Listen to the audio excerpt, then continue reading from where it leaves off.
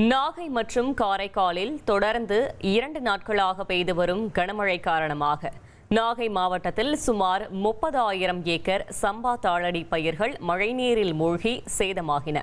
இதுகுறித்த கூடுதல் தகவலை எமது செய்தியாளர் அந்தோணிராஜ் வழங்க கேட்கலாம்.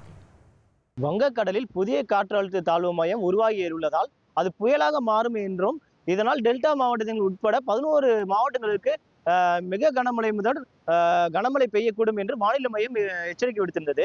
அதன்படி பார்த்தீங்கன்னா நாகை மாவட்டத்தில் கடந்த சில நாட்களாக விட்டு விட்டு பெய்த மழை நேற்று முதல் இடையிடையே மிதமான கனமழை பெய்து வருகிறது. இதனால் மாவட்டத்தில் உள்ள நாகப்பட்டினம், நாகூர், வேளாங்கண்ணி, திருமுருகல், வேதராணியம், தலைஞாயிறு, கோடியக்கரை உள்ளிட்ட மாவட்டத்தில் பல்வேறு பகுதிகளில் தொடர்ந்து கனமழை பெய்து வருகிறது. தொடர்ந்து மழையால் பார்த்தீங்கன்னா பல்வேறு பகுதிகளில் தாழ்வான பகுதியில் மழைநீர் தேங்கி உள்ளது.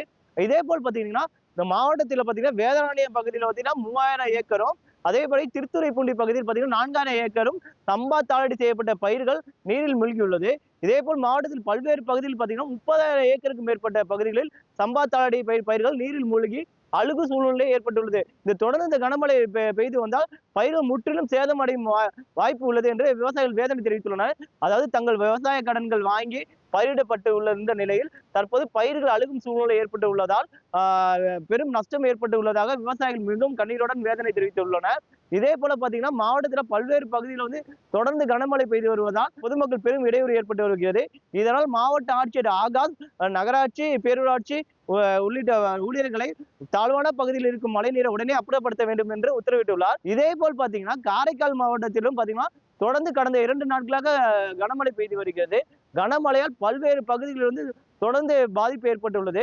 அதே போல பாத்தீங்கன்னா திருநள்ளார், சேத்தூர், அகலங்கண்ணு, விழுதியூர், நெடுங்காடு உள்ளிட்ட பல்வேறு பகுதிகளில் தொடர்ந்து கனமழை பெய்துள்ளதால் அங்கு பயிரிடப்பட்டுள்ள சம்பா தாளடி பயிர்கள் சுமார் 2000 ஏக்கர் அளவிற்கு மூழ்கி பெரும் பாதிப்பு ஏற்பட்டுள்ளது.